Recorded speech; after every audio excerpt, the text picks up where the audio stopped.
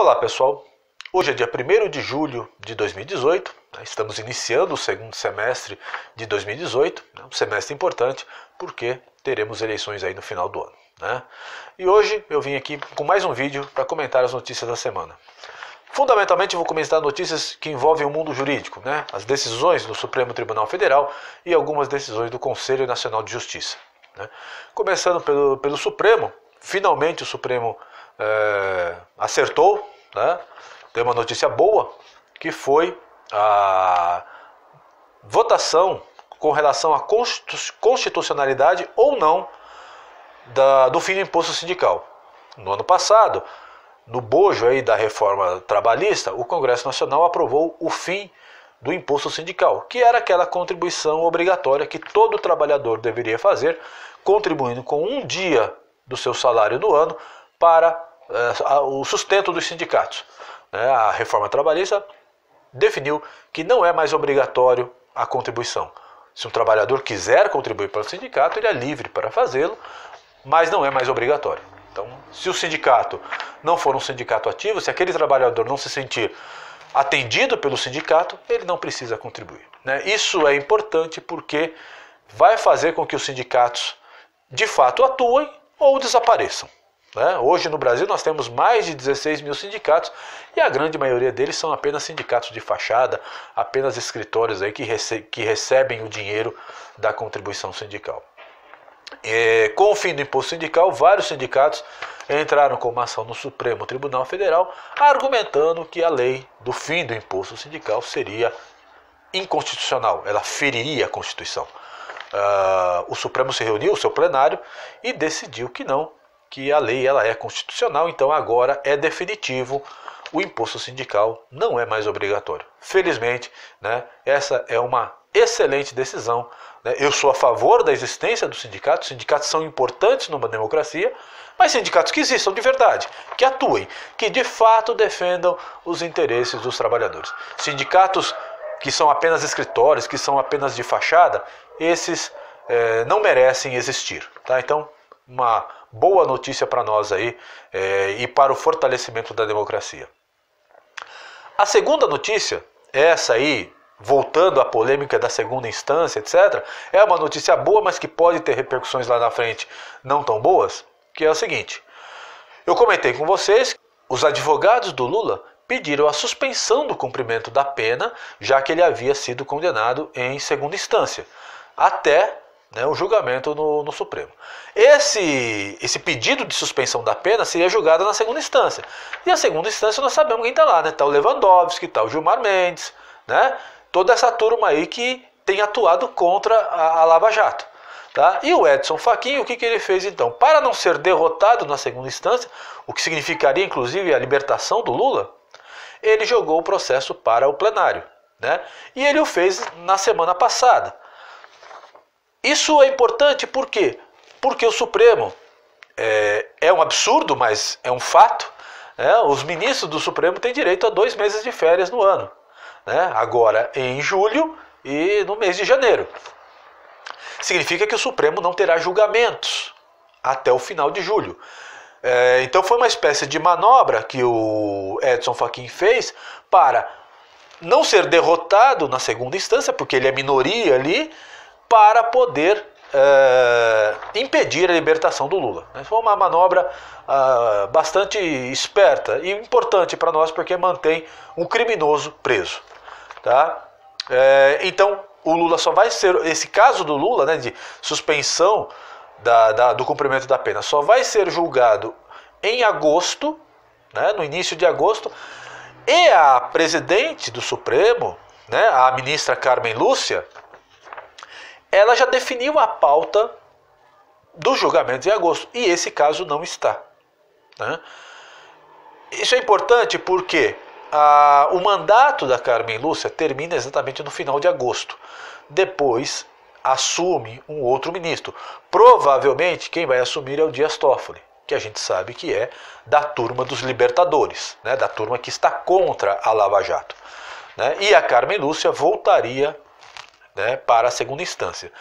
Isso poderia mudar um pouco o desequilíbrio que nós temos na segunda instância, porque aí o Dias Toffoli, que é da parte dos libertadores, vai para a presidência do Supremo, então ele sai da segunda instância, e a Carmen Lúcia, que tem tido, com todos os problemas lá, uma postura um pouco mais no sentido de cumprir a lei, vai para a segunda instância, então poderia, junto com Edson Fachin, enfrentar os libertadores ali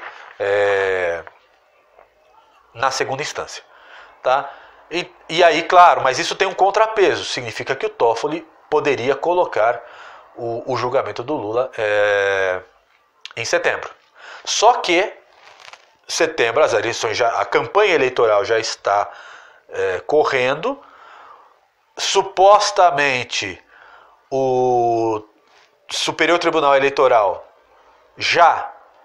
Tribunal Superior Eleitoral, né, já teria julgado o caso do Lula, dizendo que ele não pode concorrer porque ele é condenado em segunda instância, portanto estaria na ficha limpa, e aí ele não poderia concorrer. O que seria o correto para o nosso país, pois condenados em segunda instância não podem concorrer a cargos públicos, é o que diz a lei da ficha limpa, né? Então isso poderia nos beneficiar. É claro que o fato da Carmen Lúcia não ter colocado o julgamento dele para o mês de agosto, não significa necessariamente que ele não será julgado, porque algum ministro pode pedir que se coloque em pauta isso. Mas o fato de levar para o plenário já nos ajuda, porque o plenário, no todo, ele não é como a segunda instância, que tem aquela maioria absoluta dos libertadores. No plenário como um todo, já há um equilíbrio maior de forças. E isso poderia nos ajudar no sentido de fazer a justiça do país, né? Isso que é importante, tá? Em contrapartida, né, veja como são as coisas, né? A segunda instância libertou o José Dirceu, mesma situação. O Supremo define que você pode cumprir pena em segunda instância, foi feita 2 votações para isso, né? E a segunda instância, desconsiderando a decisão do plenário, liberta todos os presos investigados em casos de corrupção, da Operação Lava Jato, do caso do Mensalão, etc. O José Dirceu volta à liberdade, né? Isso é um tapa na cara da sociedade. Por isso que o Fachin não quis colocar o caso do Lula ali, porque ele sabia que ia perder, né? Porque ali é a segunda instância, essa instância da libertação geral, tá? Então, veja que há uma disputa política muito intensa no Supremo, né? Na segunda instância, o Fachin está em minoria, ele perde todas. Quando vai para o plenário, a coisa se equilibra um pouco, mas infelizmente o Supremo tem agido de maneira excessivamente política, no sentido pior da palavra, porque é uma política, no sentido de definição partidária, né? Você tem os ministros que foram indicados pelo Lula, que se veem na condição de serem subordinados do PT, de ajudarem o partido agora, como uma espécie de retribuição. Você tem o Gilmar Mendes, que foi indicado pelo Fernando Henrique Cardoso, e agora, como a Operação Lava Jato começa a pegar os caciques do PSDB também, ele se voltou contra a Lava Jato, né? Então você tem uma articulação de ministros aí atuando de maneira partidária no Supremo Tribunal Federal. Isso é muito ruim para a nossa democracia, né? Então temos que ficar atentos, porque aí esse período de recesso, porque sempre fica um ministro de plantão ali, vai que algum ministro de plantão toma uma decisão maluca e acaba libertando o Lula ou fazendo coisa pior. Então temos que ficar muito atentos, tá? Para terminar, mais 2 notícias aqui com relação ao Conselho Nacional de Justiça, né? Então, o que é o Conselho Nacional de Justiça? Foi um órgão criado aí no início do século para buscar atuar no âmbito das ações judiciais. Então, é o órgão que tenta fiscalizar a atuação dos juízes, né, de estabelecer metas e cumprimento das metas, né, para que a justiça fique um pouco mais rápida, né, porque uma justiça lenta também é um elemento de injustiça, né, que é um processo que demora para ser julgado, aquilo pode prescrever e a justiça não é feita. Então o tribunal, a ideia é boa, mas o Conselho Nacional de Justiça tem agido de maneira indevida em alguns aspectos. E olha, o Conselho Nacional de Justiça acaba tomando medidas que não passam pela legislação, que seria objeto do Congresso Nacional e nem é divulgado na imprensa. Então as coisas acontecem ali e a gente nem fica sabendo, né? Sejam coisas boas que o Conselho acabe fazendo ou coisas ruins, tá? Então, duas notícias importantes, uma positiva e uma negativa, né? A positiva é que os cartórios de registro civil estavam aceitando o que se convencionou chamar uma expressão que na verdade não diz muita coisa, que é chamado poliamor, né? Relações poliafetivas, né? Então vai lá um cidadão, fala assim, eu tenho 3 esposas e eu quero casar com as 3. Ia lá e o cartório aceitava. Ou 2 homens casar com 5 mulheres, 3 homens se casarem juntos, 3 mulheres se casarem juntos, etc, etc. Né? 2 mulheres e um homem, 2 homens e uma mulher, enfim. Qualquer relação chamada de poliafetiva, mais do que 2. Né? Isso claramente fere o nosso Código Civil, que estabelece que a bigamia é crime, que só pode ter um homem e uma mulher como casal. O Conselho Nacional de Justiça, portanto, interviu nessa ação e definiu que os cartórios não podem mais aceitar esses casamentos múltiplos, né, chamados aí de poliafetivos, né? E observando o que está na legislação. Para o casamento é um homem e uma mulher, né? Isso é o que está na lei e a lei precisa ser cumprida. Não gostou da lei? Procura mudar. Elege parlamentares para mudar a lei, mas a lei precisa ser cumprida, tá? E é uma decisão ruim, né? E aí você vê como... E essas decisões, elas não passam pelo crivo do legislativo. Você altera questões na ação legal, no cumprimento da lei, e isso passa despercebido. Tá? Então você vê como as coisas são complicadas. Mesmo quando é feito de maneira positiva, no sentido de cumprir a lei, isso precisava ter mais publicidade e o Congresso Nacional precisava estar mais atento a essas questões. Né? Mas, por exemplo, agora o Conselho Nacional de Justiça estabeleceu que qualquer pessoa pode mudar o seu nome. Né? Aquela história lá do cidadão que acha que não é mais um cidadão, é uma cidadã, e ele se chama João e agora ele quer se chamar Maria.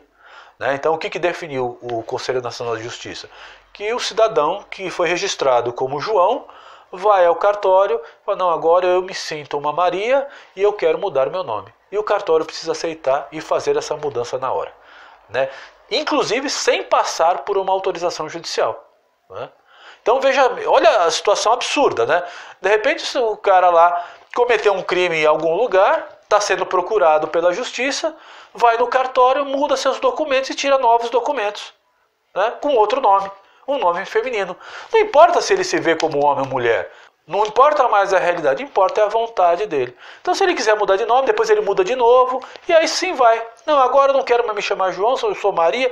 Não, não gostei de ser Maria, agora eu serei João. Né, sem passar por uma autorização judicial, sem passar por uma verificação prévia de se a pessoa responde a processo ou não. Porque você muda, tudo bem, você mantém o número do documento, mas você muda o nome. Né? Então, e outra coisa, né?